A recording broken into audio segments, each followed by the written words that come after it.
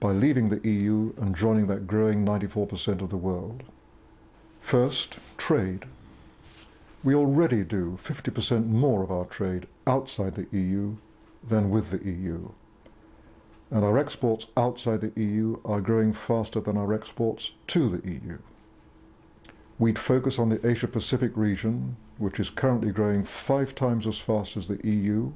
We'd resume our seat and vote at the World Trade Organization. We'd resume our trading alliances with our friends in the Commonwealth.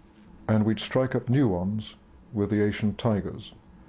Not least, free of the immoral EU Common Agricultural Policy, we'd help the poorest nations in the world by offering them free access to our own markets. Second, defence. It's NATO that's kept the peace in Europe, not the EU. Free of the EU, we'd be able once again to refocus our efforts on NATO, not as at present on the European army that the French and Germans are determined to foist on us. Third, we save huge amounts of our own taxpayers' money. No longer will we hand over £13 billion a year to the EU, a sum that would buy us 12 new hospitals or 4 new aircraft carriers every year. And, as the Chancellor has admitted, we'd save an awful lot more by throwing off the burden of regulation we don't need and by being outside the ruinous Common Agricultural Policy. But most important of all, we'd got our democracy back. That's what getting back sovereignty means. Our own Westminster MPs would once again have the sole power to run our government, a power they've now abandoned to the EU. And we, the citizens, through our right to hire and fire them, would get back control of our own government. After withdrawal, what happens? We continue as members of the United Nations, of NATO, of the Commonwealth, of the World Bank, and so on. We make it clear to the rest of the EU that they're our friends and allies. We keep free trade and free movement of capital with the rest of the EU because they'll be desperate to keep on selling us BMWs and Renaults and Camembert cheese. We're their biggest single customer worldwide. They sell us far more than we sell them, which means that more of their jobs depend on trade with us than on the other way round. Finally, how do we get out? It's simpler than you'd think. First, we get the support of the British people in a referendum, and then we repeal the 1972 European Communities Act, by which we joined the then common market. That's all we have to do. The rest is detail. There is much more we could have told you about the European Union.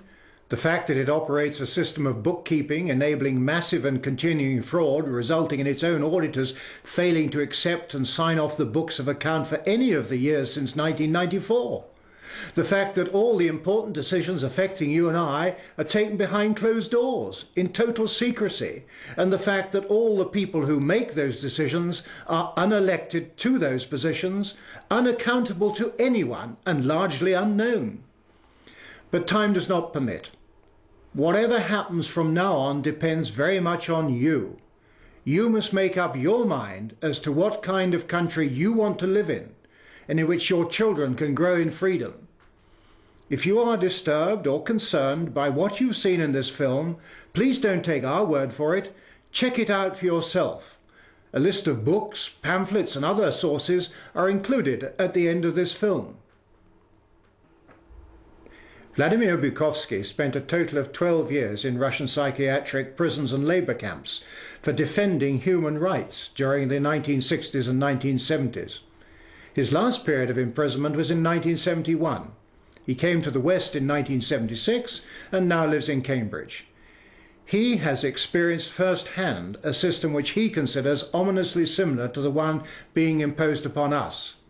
If he is right, then the Britain you and I know truly is on the brink of extinction.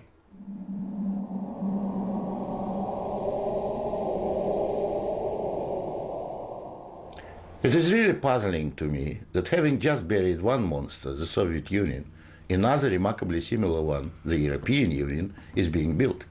Exactly what is the European Union? Perhaps by examining the Soviet version we can get the answer. The Soviet Union was governed by 15 unelected people who appointed each other and who were not accountable to anyone.